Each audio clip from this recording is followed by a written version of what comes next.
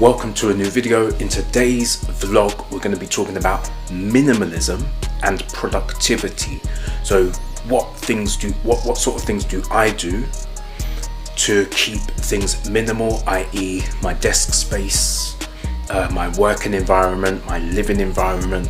What things do I do to try and keep things minimal so that it doesn't interfere with productivity? I mean, as an example, let's say, for example, you've been at work all day. You know, you've been out working, like I may be outside tuning cars, working on stuff. And when you come home, you've got a hobby. For example, I mean, I do music production as a hobby, which has now become an additional income, or design. You know, I like doing basic design and arty stuff. I always create my own thumbnails, for example. They're not that good, you know, they're not that flashy and bright, but it's something that I like doing, so I practice making thumbnails in my spare time. The piano is another thing, but let's stick with the desk for now. If I come to this desk and there are too many things on the desk, it really distracts me. And I mean, even to the point where I had a set of iLoud micro monitors. So I had some, you know, we can call them pro level monitors or speakers for music production. And after 2 or 3 years, I got sick of looking at them. I just couldn't have two separate things on the desk, just left and right. You know, I'm always positioning them, you're tilting them, you're moving them around. The sound's always changing. So I opted for the sound bar. The sound bar works for me. It's not going to work for everybody, but having a cleaner desk, I mean, I've got my IEMs hanging on the left hand side, I've got a USB cable on the right for when I'm transferring music and files to my phone, and other than that, I mean, on the left there is a little pot which has some accessories. So I have a 3.5mm to USB-C adapter for when I'm mixing music with my IEMs, and to the left of that little container are the earbuds that I'm selling online. So this is what I've been selling a lot of recently, and yeah, I just think having a cleaner space, an uninhabited space, allows the ideas to flow. Now this might not work for everybody, but it's how I do everything. Let's say I want to practice the piano. It is very difficult for me to relax mentally and sit and focus on this instrument, which I will do after this vlog. I'm gonna sit and play for a while, but it's very difficult for me to focus if there's clutter around me. And maybe it's just me, but I think neatening or tidying the environment it just helps the ideas flow. I mean, I've walked into music studios and the place looks like a bomb has hit it and I'm unable to produce. I remember renting a studio once and asking to use their smaller room. I'd paid for a larger room, but I said, please, I don't want any refunds, but please put me in a smaller room. I need a clear desk. I need, you know, I don't want to see anything more than the audio interface.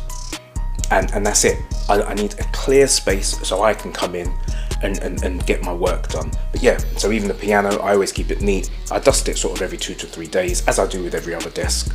Let's move on to my third desk. Now this spot is reserved for Zoom calls, meetings. Sometimes when I have like a longer phone call with my cousin, I'll sit here because the charger in front of the keyboard. So this desk is basically just for my phone. So my phone sits here during the day. It is a wireless charger with an internal fan. So when my phone is charging, it never gets hot. This is to eliminate obviously the heat from wireless charging and charging in general. It charges pretty quickly. And to the right hand side where the headphones are, behind those headphones is where my microphone sits, but I'm using it right now, and that's the iRig Stream mic from IK Multimedia. To the left there's a rechargeable lamp. I just leave it on charge, it doesn't really use much power. But yeah, also when I'm using my phone, I get annoyed with typing on a small phone, so I have a mouse and the keyboard. It just makes it easier for me if I'm jumping over to this side to use WhatsApp or whatever. But again, the desk is clean. It's always clear. I mean, my motto is that everything should have a place. Everything should have a place. I mean, my mugs have a certain place in the cupboard, you know, as everybody does. My plates have a certain place in the cupboard. My dishes are always where they should be. I do have some washing up to do after this, but generally everything is in its place. You might not be able to see my keys on my rucksack. I'll just grab it. I can never lose my house keys, for example, because they're always in one place, and I generally open this and put them inside, but because it's daytime I just have them hanging out, and it's an easy I can quickly grab my bag, have my laptop, have my tools, and get outside to do a job. Everything just has to have a place. I think a lot of people are storing clutter. So people have rooms full up of things because they hold on to things. Oh, I might need that. Oh, I might need that cable. Oh, I might need that spare charging cable. I threw away 4 or 5 cables today. I threw away 4 or 5 cables today purely because they're not being used. I watched a video yesterday and he said if you're not using something every 1 to 2 days, it can go. If you're not using something every 1 to 2 days, it can go. I bought a mouse, so I bought a new mouse for my phone so I can control it easier. The old mouse, the Logitech mouse, it went on eBay, sold in 2 days. Get rid of the clutter. You know, so 1 mouse for my computer, 1 mouse for my phone, that's it. 1 keyboard for the computer, 1 keyboard for the phone. I didn't need the spares. All of my spare things have now gone. And I think this started around 2017 when I stopped buying designer clothes, and then 2020 I gave up on owning a car. So I had a Volkswagen Golf Mark 7, had a GTI for 3 years. At the end of that leasing deal, gave the car back. I've never owned a car since, so that's 6 years I've not had a car. And for example, somebody messaged me today, somebody messaged me about 20 minutes ago, and he's got 1 car that needs to be checked. I put the reg in my computer and I remapped this car 6 years ago. It was a Volkswagen Golf again, but I think it's a 2-litre TDI. He just needs something checking, and I'm assuming it's his map sensor, but I'm gonna do a diagnostic. Based off of me talking to this guy, Rob, one of my old friends I used to go out drinking with, he's now just lined me up with 4 additional remaps. Like, I'm so grateful for my business. Sorry, I'm going off tangent, but yeah, I was talking about car ownership. Now this guy Rob has just given me 4 different registers, so he's got 4 extra cars for me to work on. But I don't own a car. Here's what I do. I get the bus or train to Norwich. When I get out of the train station, or when I get out off of the bus at the bus station, there are rental cars parked around on the street. Now this is owned by Enterprise. You walk up to the car with your phone, unlock the car, get in it, do whatever you want. The car, the fuel, the mileage, the insurance, everything is included in the price, and it usually costs me around, say maybe between 25 and 35 quid. It's never cost me more than 40 quid for say 3 hours, but that includes everything. If there's an accident and the car is completely wrecked, I pay a maximum of £250 and another car will be brought to me wherever I am. So yeah, it's a really good thing, and it's cheaper than car ownership. So I can get to Norwich, jump in a rental, drive around, go to my jobs, get everything done, and give the car back. I don't have to worry about maintenance, I don't have to worry about oil, I don't have to worry about fuel. If it needs fuel, there's a credit card in the glove box. You press the thing and it comes out, it's like an electronic thing, and then they text you the PIN number for that credit card, so I can even top up the fuel if needed. I always give the car a good check around as well. You know, I treat it as if I'm still at the Nürburgring, so I'll check the tyres, I'll check the brake pads, I'll check the brake discs, I'll give it a good little look around, I'll check the interior, make sure it's all good.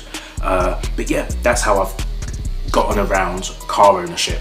So for example, I was in Kent last year, walking around the city, and we're walking around one of the towns, and I needed a car. I looked on the app and it said there was one on the estate next to me, and in fact there were 2 cars parked up on the estate. So I jumped in one, drove around, did what I was doing, and then dump it when you finish, just park it off, and you always get a brand new car. So that's the car ownership out of the way. Yeah, I would say getting rid of things we don't need is one of the most difficult things that most people I know deal with. Like, when was the last time you went through your book collection? Are there any books you've read that you no longer need? I mean, personally, some of these books that I am going to be listing on eBay, or I'll donate some of them. In fact, I did check online and there's a local place where I can drop off books, the Salvation Army.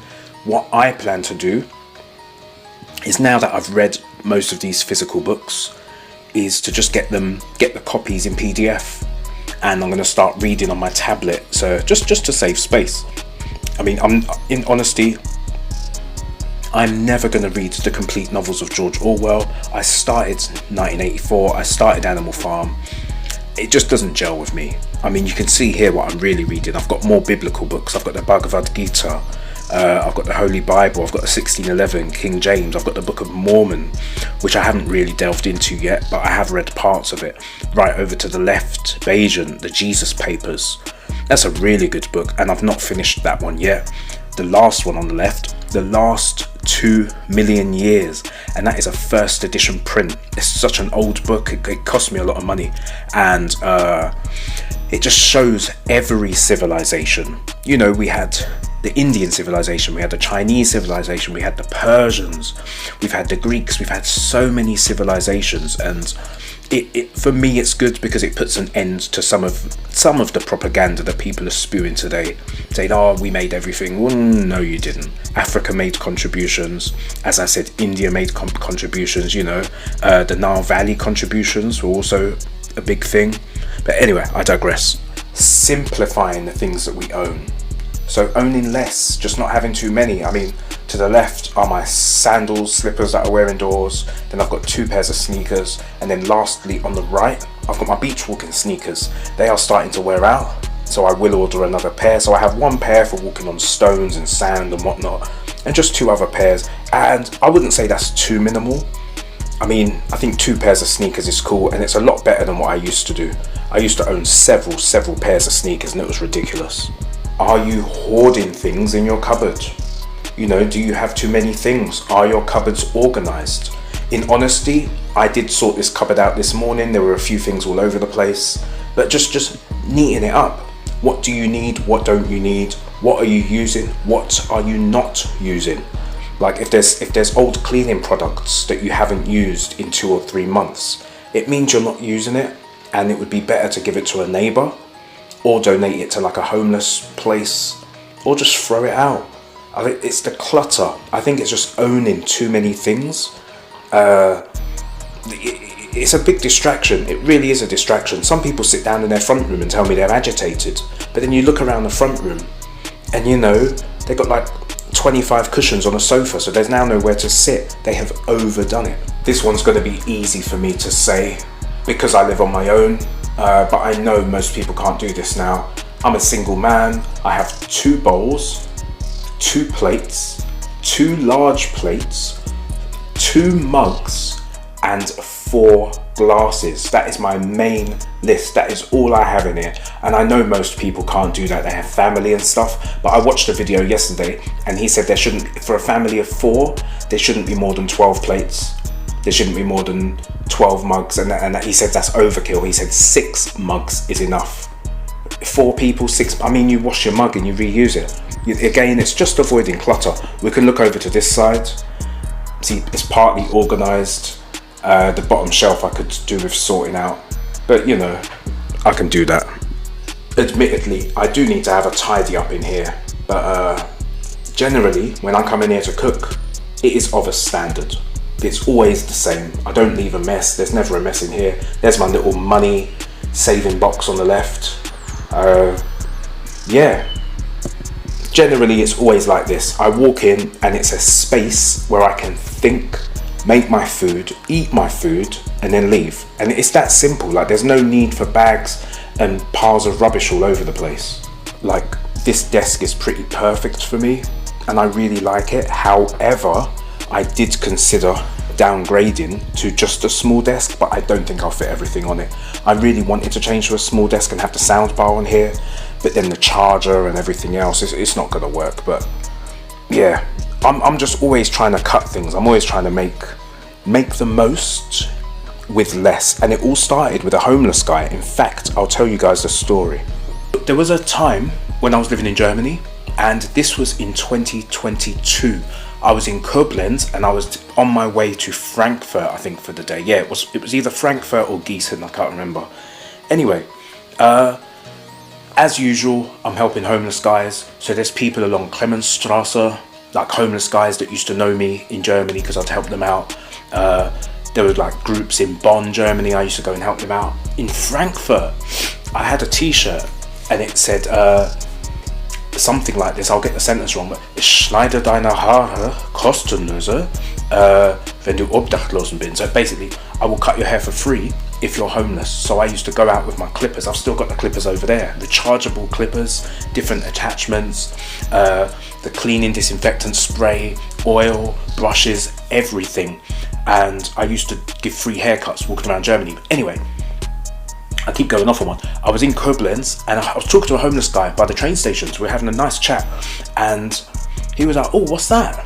And I said, oh, it's an iPad mini 6. It's my favorite device. I use it for everything, blah, blah, blah, blah. He's like, oh, you use it as a phone? Because I think a phone call came through. I said, yeah, but I've got my iPhone 13 Pro, blah, blah, blah, blah, blah. And then he's gone, oh, what's that? And I've gone, oh, it's the MacBook Pro. It's the M1 Pro. It just came out, like, it's sick. It's got all these features. I use it to make music, blah, blah, blah, blah. And he's asking about the stuff I'm using, so I'm just talking about Apple this, Apple that. And then he said, oh, what's that? And I've gone, oh, that's a modem. He's like, what are you carrying a modem for? I was like, oh, so I can connect my MacBook or my iPad to my laptop at home. I've got a Windows laptop. So when I'm tuning engines, when I'm running my business, I can connect to my main computer. He looked at me and he called me an Arschloch. He said, you're an arsehole. He didn't have a go at me, but I'm so grateful for what he said. He's like, you've got all these expensive shiny bits of equipment. You've got Apple this, Apple that, a brand new iPhone, brand new iPad, MacBook, plus I also had Apple TV. I gave that away before I left Germany. Apple keyboard, Apple trackpad, all the accessories, iPod, blah, blah, blah. He says, you've got all these things, but you still need to connect to a Windows computer to run your business. He says, are you stupid? You're gonna have all this stuff, but you still have to go back to Windows. He said, why don't you just have a Windows tablet or laptop? And that was the day everything changed. That was 2022.